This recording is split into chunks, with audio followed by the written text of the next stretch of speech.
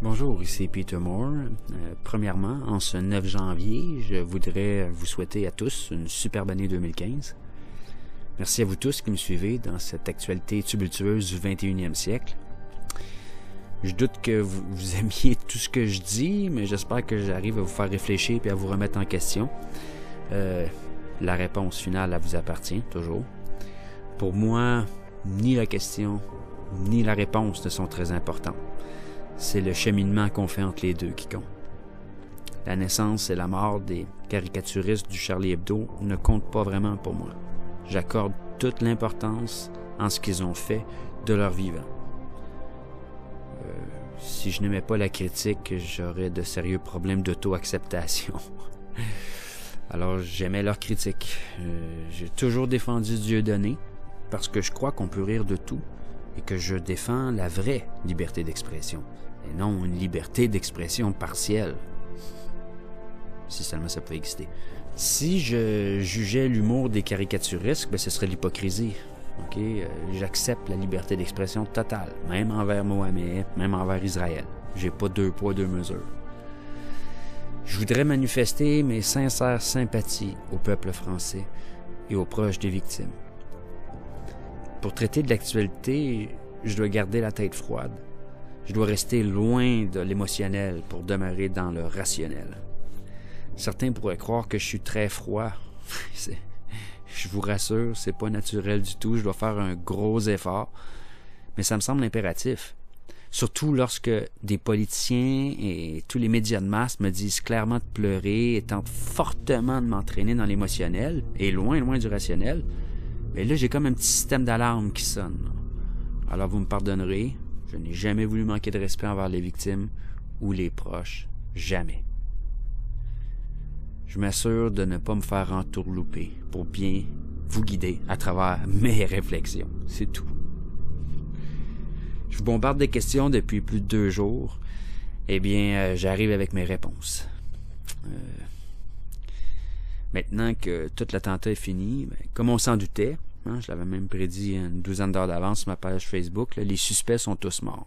Malgré les soupçons que j'ai eus face à la vidéo de l'exécution du policier, les doutes que j'éprouvais face à la fameuse carte d'identité, malgré aussi qu'ils ont crié en français plutôt qu'en arabe, puis malgré le fait que ces attentats servent avant tout les intérêts sionistes, malgré tout ça, je me suis résigné.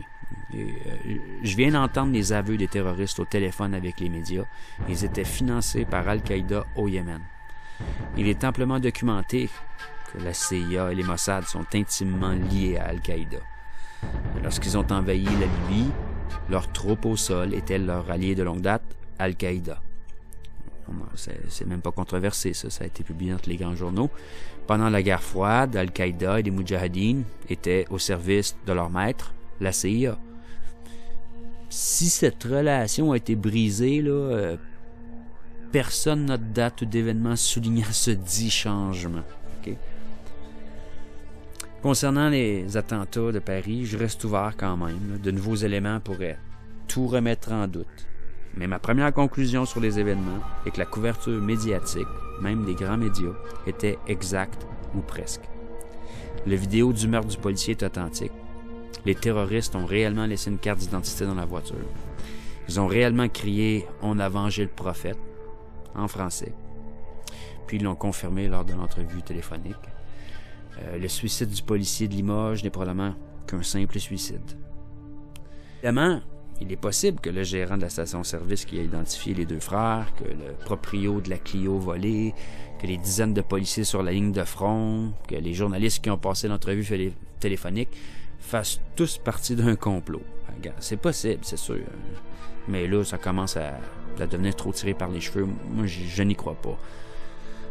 Maintenant, j'aimerais ça faire comprendre aux gens, à la masse, à tout le monde, à tous les Français, j'aimerais ça passer aux nouvelles, leur expliquer que la CIA et les Mossad sont derrière le coup. Mais je n'y arrive pas. Je le fais avec des gens que je rencontre régulièrement. Ils ont beau le lire sur Wikipédia, que la CIA et les Mossad sont derrière les groupes terroristes, qui les financent, les armes, tout ça. J'ai beau leur montrer que le vidéo de Hillary Clinton, qui est au Congrès aux États-Unis, puis qui le dit elle-même, c'est nous qui a financé, entraîné, puis armé Ben Laden, puis Al-Qaïda. Je leur montre la vidéo de Ron Paul, l'ex-candidat à la présidence des États-Unis, encore admettre devant tout le Congrès que la CIA, les Mossad ont créé le Hamas, surtout les Mossad. Je lui explique tout ça aux gens, puis les gens se retournent, puis ils continuent de penser, de parler, puis d'agir exactement comme s'ils n'avaient rien vu puis rien entendu. C'est absurde, mais je vous jure, c'est comme ça. Alors je me fais pas d'idée, là. Je vais passer aux nouvelles, je vais expliquer ça à tout le monde le m'entend, puis ça changera rien. C'est fou. Les jeunes recrues djihadistes, ils se doutent probablement même pas que les ordres sont dictés à leurs supérieurs à eux par nos agences de renseignement. Les leaders le savent très bien, par contre. Hein? C'est pourquoi Ben Laden se faisait soigner sur les bases militaires américaines en Arabie Saoudite en 2001. Même s'il était recherché par le FBI et la CIA pour les attentats contre les ambassades en Afrique, là, au Zaïre, entre autres.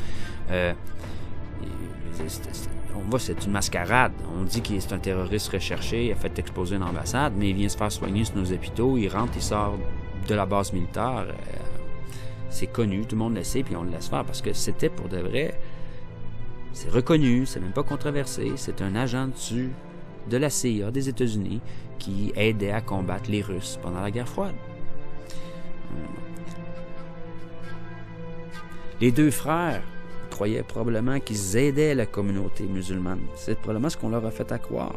Puis comme nous avaient des ordres Al-Qaïda, qui dans la tête des gens est comme l'opposé, comme l'ennemi de l'État américain puis sioniste, ben ils pensent que si ça vient d'eux que c'est bon, mais non. L'Al-Qaïda, c'est juste un organe de nos agences de renseignement, c'est tout. Il vient justifier toute la patente.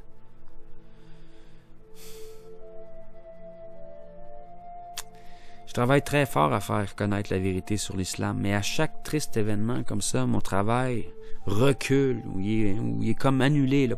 Le travail de plusieurs mois annulé d'un coup. C'est un gros coup à chaque fois. Il faut falloir que les gens comprennent, on ne tue pas un démon avec des bombes et des armes automatiques. On va juste le rendre plus fort. Chers cousins de France, j'ai le regret de vous annoncer que ces tristes événements serviront de prétexte pour vous retirer les quelques droits et libertés qu'il vous restait. La même chose se passe au Canada présentement. Alors je sympathise immensément. Avant décembre 2014, j'adorerais ça dire haut et fort qu'il n'y avait jamais eu de mort de terrorisme dit islamiste au Canada. C'était le fun de pouvoir dire ça. Je peux plus. Avec mes connaissances en politique internationale, je ne serais pas du tout surpris si les très hautes sphères de l'intelligence française suivaient de près les terroristes, mais n'ont rien fait pour les arrêter. Depuis des décennies, il n'y avait pas d'attentats terroristes islamistes ni au Canada, ni en France. Dans la logique de la politique internationale, ça devait changer pour soutenir une économie mondiale fondée sur la guerre au terrorisme. Le synchronisme de ces événements à Paris et les attentats de décembre au Canada change la donne du même coup dans les deux pays, et ainsi de la face du monde entier. Maintenant, les dépenses en antiterrorisme sont justifiées et les jobs sont garantis. La lourde tâche qui nous attend est celle d'éduquer les gens sur l'islam, la philosophie religieuse et spirituelle. L'islamophobie, elle vient de monter non pas d'un cran, mais d'une dizaine de crans d'un coup, comme si le problème n'était pas déjà assez grand comme ça. Si vous voulez mon avis, la France est au bord de la guerre civile. La population nage dans la poudre à canon et le pétrole. Il faut plus juste qu'une étincelle. Nous aurons marché sur les œufs pour un long moment encore, j'en ai bien peur. Et j'en profite, là. J'implore tous les musulmans plus radicaux de ne pas commettre d'autres actes de barbarie, aussi minces soient-ils. Même que j'ai un vœu pour 2015. Celui de voir les musulmans de la France, et surtout dans le monde, démontrer leur humilité, leur grandeur d'âme et leur grande sagesse en faisant un effort pour aller au-devant des besoins des autres pour les prochains temps. Aider les autres, surtout les Juifs que vous voyez dans le besoin, là, mais n'importe qui. Si on pas l'air trop sioniste, là. Faites preuve de courtoisie. N'hésitez pas à apporter de simples gestes comme tenir une porte ouverte pour l'autre. Je sais que la plupart d'entre vous le font déjà, mais je souhaite le voir encore plus. On a du travail à faire. Il ne faut pas se gêner pour aller parler aux gens. C'est l'ignorance et l'incompréhension qui rendent la tâche de modeler une image mensongère des musulmans si facile. Ceux qui ont des musulmans dans leur famille ou comme voisins ou amis proches sont bien plus difficiles à entraîner dans les amalgames. Je me sens très indisposé de vous demander ça parce que c'est comme si je vous traitais comme les coupables. Là. Vous êtes mieux d'être gentil à l'avenir. Tu sais, je comprends que c'est pas ça du tout. Là.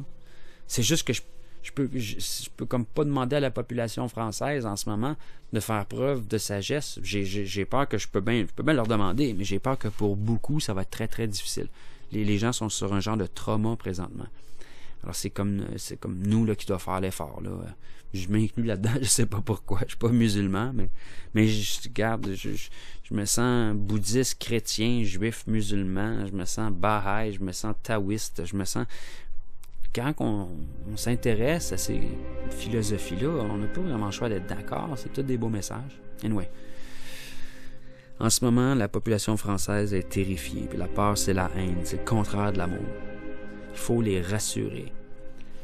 C'est un rôle temporaire, mais en ce moment, les Français deviennent les jeunes enfants apeurés.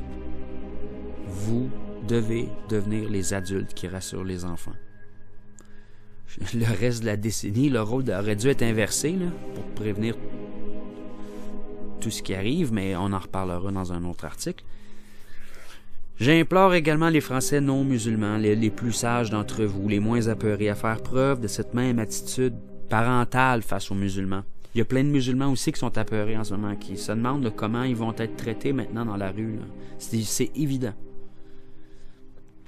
N'est-ce pas Mohammed qui a dit quelque chose comme celui qui dans la bataille a vaincu 1000 milliers d'hommes et de celui qui s'est vaincu lui-même, c'est ce dernier qui est le plus grand vainqueur. Peu importe que ça vienne de lui ou pas, c'est quand même son message de fond, non? Si chacun de nous arrive à vaincre le mal qui est en lui, ben, il n'y aura plus de mal à l'extérieur de lui non plus. C'est mon interprétation anyway. Si vous vous souvenez, dans une vidéo que j'ai faite en 2009 ou 2010, j'affirmais que lorsque l'Occident a un problème, elle le bombarde. Ça fait juste empirer le problème. Mais ça augmente aussi le PIB, apparemment. Par exemple, nous avons lancé la guerre au cancer, ça fait plus que 40 ans.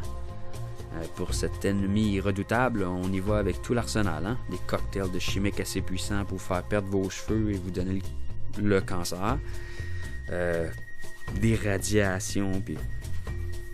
toutes sortes de choses, la médecine nucléaire, puis toute cette artillerie, puis cette guerre n'arrive à rien. Il y a de plus en plus de cancers. On a lancé la guerre à la drogue. En 10 ans, aux États-Unis, la population carcérale a été multipliée par 10. Oui, hein? C'est la guerre, il n'y a pas de doute, puis pourtant, il y a de plus en plus de drogue. On a lancé la guerre au terrorisme en 2001, puis George Carlin criait déjà, vous allez voir, de plus en plus de terrorisme. C'est clair. Il a bien raison. Regardez, je sais pas, les gens d'auditoire, vous avez quel âge, mais moi, je commence à être assez avancé, malheureusement, puis écoutez, avant 2001, il n'y avait pas de terrorisme, on n'en voyait pas. Je veux dire, depuis 2001, c'est la guerre au terrorisme, puis il y a de plus en plus de terrorisme. Ce que vous voyez en France aujourd'hui, là, c'est du jamais vu, là, avouez-le. Là. 19 morts.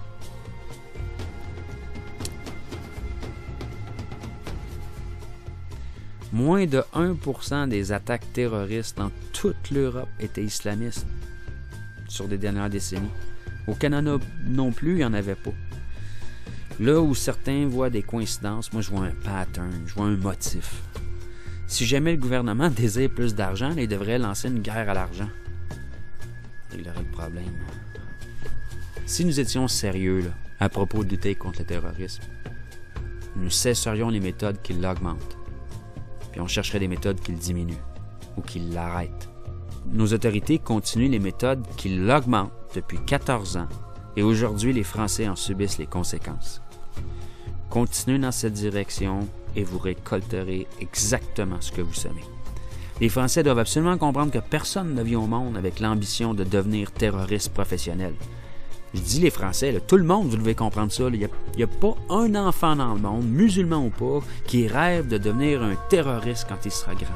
Moi, quand je vais être grand, j'ai le goût de me faire exploser en 1000 morceaux. Non, ça n'existe pas. Okay? On ne naît pas terroriste, on le devient. Et l'école de formation de terrorisme est simple. Elle consiste à martyriser une population. Tuer les civils, construire des murs de la honte pour leur voler leurs terres, bombarder des quartiers résidentiels, faire exploser des écoles, des hôpitaux, des sites religieux. C'est comme ça qu'on terrorise une population, puis c'est comme ça qu'on crée des terroristes. Si on est vraiment cruel, puis sans scrupules, on peut même aller exploser des usines de filtration d'eau, des systèmes d'égouts, des bateaux de pêcheurs, etc. Après assez longtemps de traitement inhumain comme ça, là, les plus en colère, les plus haineux deviennent des terroristes. Chers Français et citoyens du monde, vous voulez rendre hommage aux victimes du Charlie Hebdo? Oubliez les slogans de campagne politique à Hollande et attaquez-vous au problème du terrorisme à sa source. Les deux frères ne sont que le bourgeon du terrorisme. Attendez pas de voir l'arbre au complet. Coupez le bourgeon, il va repousser, je vous jure. Si vous êtes sincère dans votre tristesse face à vos caricaturistes, vous allez vous attaquer aux racines du terrorisme. Vous allez devoir vous opposer à tout régime, même le soutien aussi à tout régime qui terrorise des populations, car ce sont eux les racines. Ils créent des terroristes en martyrisant des femmes et des enfants sans défense. Même les deux cruels terroristes fraternels du Charlie Hebdo, là, même ces deux terroristes-là, vous avez vu comment ils sont méchants, là? Mais même eux avaient la décence de ne pas tuer de femmes et d'enfants. Allez, mademoiselle, quittez, on ne tue pas des femmes, ont-ils dit au Charlie Hebdo. Si seulement le gouvernement français, américain, canadien et israélien pouvait faire preuve d'autant de morale, même lorsqu'ils performent des carnages contre les populations civiles. Mais je le sais, chers Français et chers citoyens du monde, que vous ne ferez rien. Vous laisserez vos gouvernements bombarder des innocents, vous continuerez de soutenir Israël pour la simple mais bonne raison que vous vous fichez totalement des 19 victimes de Paris. Vous allez tenir une chandelle pour donner l'apparence que vous êtes concerné, mais vous allez retourner à votre train-train et vous ne rendrez jamais convenablement hommage à ces morts, en ayant le courage d'affronter le problème à sa source. C'est malheureux, mais ces caricaturistes sont morts pour rien, parce que vous ne ferez rien pour régler le problème à sa source. Vous allez probablement intensifier le bombardement de populations civiles dans des pays musulmans. Vous voyez qu'est-ce que ça donne? Vous allez continuer dans la même direction. Parce que c'est plus vous, chers citoyens, qui dirigez votre gouvernement. Il y en a quand même parmi vous qui ont un désir de vengeance, puis qui vont appuyer ça, ces bombardements-là. Vous faites juste alimenter le feu, vous allez voir, c'est vraiment dommage.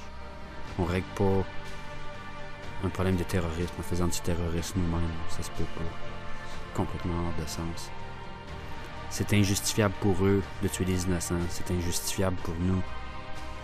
Si on peut pas arrêter les crimes que eux font, on va pas arrêter de la violence que ces gens-là imposent au reste du monde, on pourrait au moins arrêter d'y participer, au moins arrêter de mettre de l'huile sur le feu. On pourrait au moins arrêter, nous, de tuer des innocents. Ce serait déjà ça de moins.